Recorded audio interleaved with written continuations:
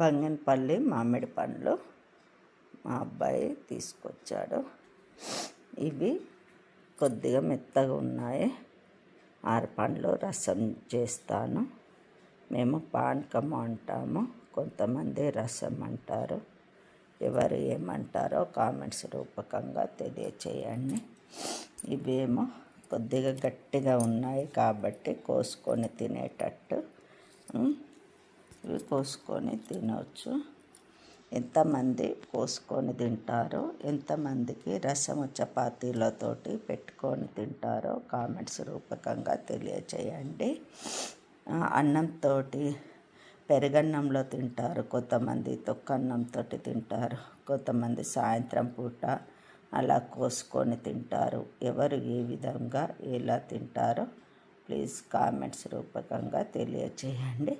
ఇప్పుడు వీటిని మనము మంచిగా కడుక్కొని రసం చేసుకుందాము. నేను ఇక్కడ ఉన్న పండ్లను ఈ బుట్టీలో నిల్వ చేస్తున్నాను, ఉంచుతున్నాను.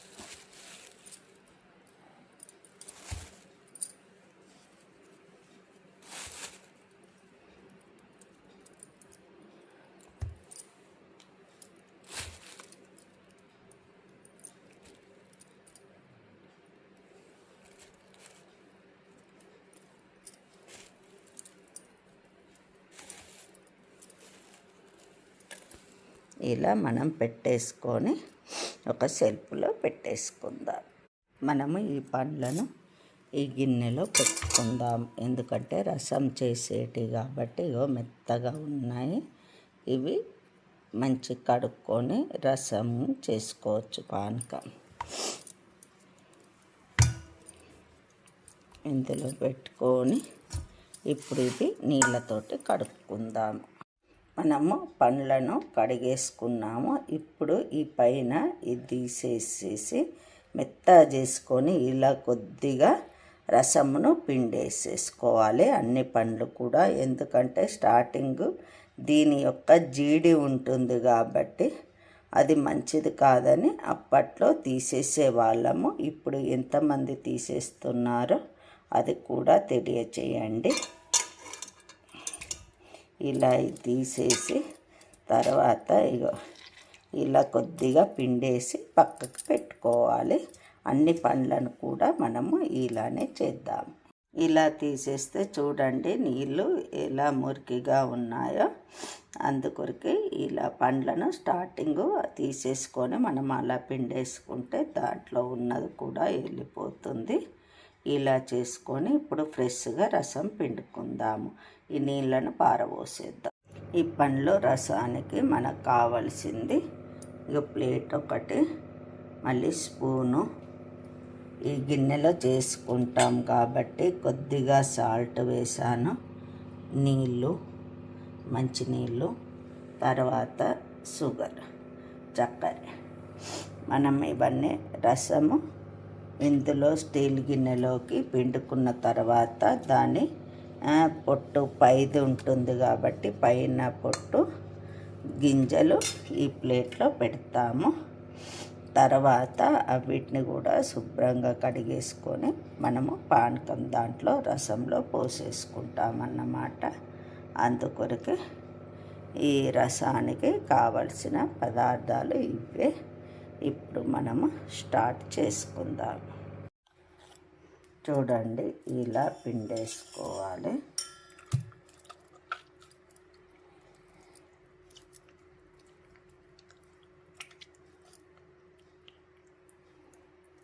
ఈ పిండిన దాన్ని మనం ఇప్పుడు ఈ ప్లేట్లో పెట్టేసుకుందాము.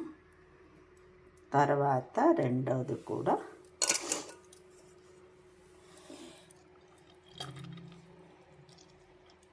ఎందుకంటే మనం ఆల్రెడీ మెత్తగా చేసుకున్నాం కాబట్టి ఈ విధంగా తొందరగా వచ్చేస్తాయి.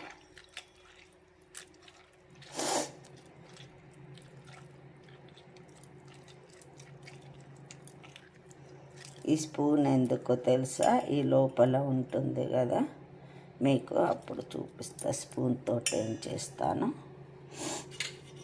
అయినవన్నీ కూడా ఇలా మనం ప్లేట్లో పెట్టేసుకోవాలి. రసం ఫస్ట్ ఇందులో తీసేసుకోవాలి. చూడండి ఇలా పొట్టు దీంతో ఇలా స్పూన్ తోటి మనము దీనికి ఉన్న రసంనంతా తీసేస్తాం అన్నట్టు, ఒత్తేస్తాం కదా. ఒత్తిన తర్వాత ఇందులో ఇంకా ఉంటుంది, ఆ స్పూన్ తోటి తీసేస్తే ఇలా వచ్చేస్తుంది మొత్తం కూడా. అందుకే స్పూన్ని ఉపయోగిస్తాము. తర్వాత అయిపోయినాక ఇది అయిపోయిన దాన్ని చూడండి, ఉన్నదాన్ని చూడండి ఎంత తేడా ఉంటుందో. అందుకొరకే మనం స్పూన్ తోటి మొత్తం కూడా అలా తీసేసుకుందాము. ఎందుకంటే మామిడి పండ్ల రసాలు ఇప్పుడు సీజన్, మామిడి పండ్ల సీజన్ వచ్చింది కాబట్టి చాలాసార్లు మేము చేసుకున్నాము. మీరు కూడా ఇలానే చేసుకుంటారా? మీరు కూడా తెలియచేయండి. రసాలు కానీ లేకుంటే కోసుకొని తినేవాళ్ళు కానీ, లేకుంటే చెట్లు కూడా చాలామందికి ఉంటాయి, అది కూడా తెలియచేయండి. ధన్యవాదాలు.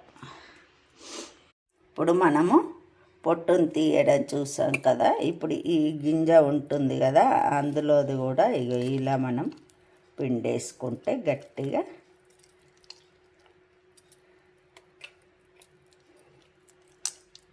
ఇది పాతకాలంలో ఇలా చేసేవాళ్ళు. మా అమ్మమ్మ వాళ్ళ ఇంట్లో చాలా చెట్లు ఉండేవి. చిన్న పండ్లు, పెద్ద పండ్లు, చాలా రకాల పండ్లు. మంచి బంగ్లా ఉండేది. బంగ్లా పైన చాలా పండ్లు, మంచి గడ్డి వేసి చాలా పండ్లను మక్క వేసేవాళ్ళు.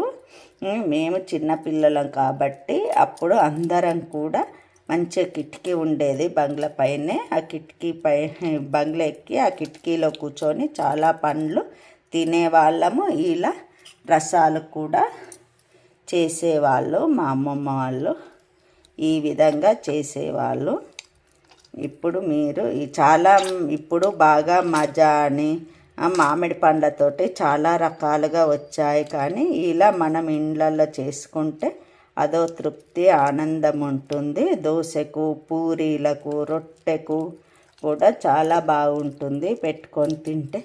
లేదు అంటే అన్నంతో కూడా తాగవచ్చు. మనం ఫ్రిడ్జ్లో పెట్టుకున్నామంటే ఎండకు వెళ్ళి వచ్చిన తర్వాత కూడా కొద్దిగా తాగితే కూడా చాలా బాగుంటుంది. ఇలా ఇదంతా చేసుకొని కొంతమంది మళ్ళీ మిక్సీ పట్టేసుకుంటారు. కానీ మాకు ఇలానే అది చిన్నతనంలో అవన్నీ తిన్నాం కాబట్టి మాకు అది మిక్సీ పట్టుకున్నాం అనుకోండి, అదో మాజా తాగినట్టుగా అలా అనిపిస్తుంది. కాబట్టి ఇలా చిక్కగా ఇలానే తాగితే చాలా బాగుంటుంది. మీరు కూడా ట్రై చేయండి. ఇలా తాగితే ఆనందంగా రుచి బాగుంటుంది. పండ్లది తీపితనము వీటికి ఉంటుంది కాబట్టి చక్కెర కూడా ఎక్కువ పట్టదు. కొద్దిగానే చక్కెర వేసేసుకుంటే అయిపోతుంది. ఇలా మొత్తం కూడా చేసేసుకుంటే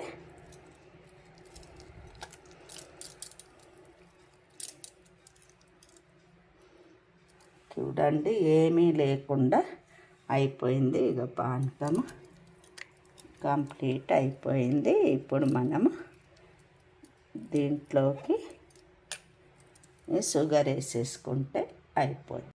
మనం తీసేసిన పొట్లను ఇలా మళ్ళీ నీళ్ళల్లో కడిగేసుకొని ఇలా రసం వస్తుంది. ఇది మాజా ఇలానే ఉంటుంది కదా. ఇది చూడండి అచ్చం చిక్కగా ఉంటుంది.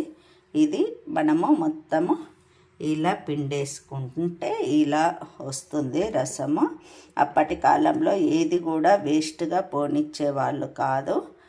పూర్తిగా అయిపోయిన దాకా 2-3 సార్లు కూడా కడుగుతారు. కానీ నేను అలా కడగలేదు, ఒకసారికే ఇలా వచ్చేసింది.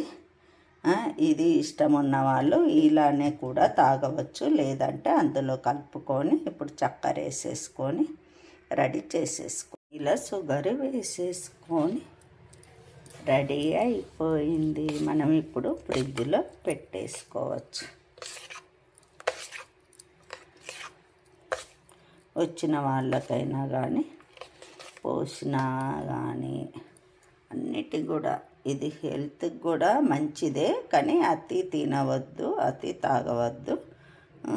రోజు 1-2 పండ్లు తినవచ్చు. ప్లీజ్ కామెంట్స్ రూపకంగా తెలియచేయండి, లైక్ చేయండి, సబ్స్క్రైబ్ చేసుకోండి. తాగని వాళ్ళు కొంతమంది తాండ్రలాగా చేసుకుంటారు. ఎండలో ప్లేట్లో నెయ్యి రాసి ప్లేట్లో పోసుకొని ఎండకు పెట్టేస్తే ఒక 2 రోజులలో ఎండిపోతుంది. దాన్ని కోసేసుకొని బిళ్ళల్లాగా కూడా చేసుకోవచ్చు.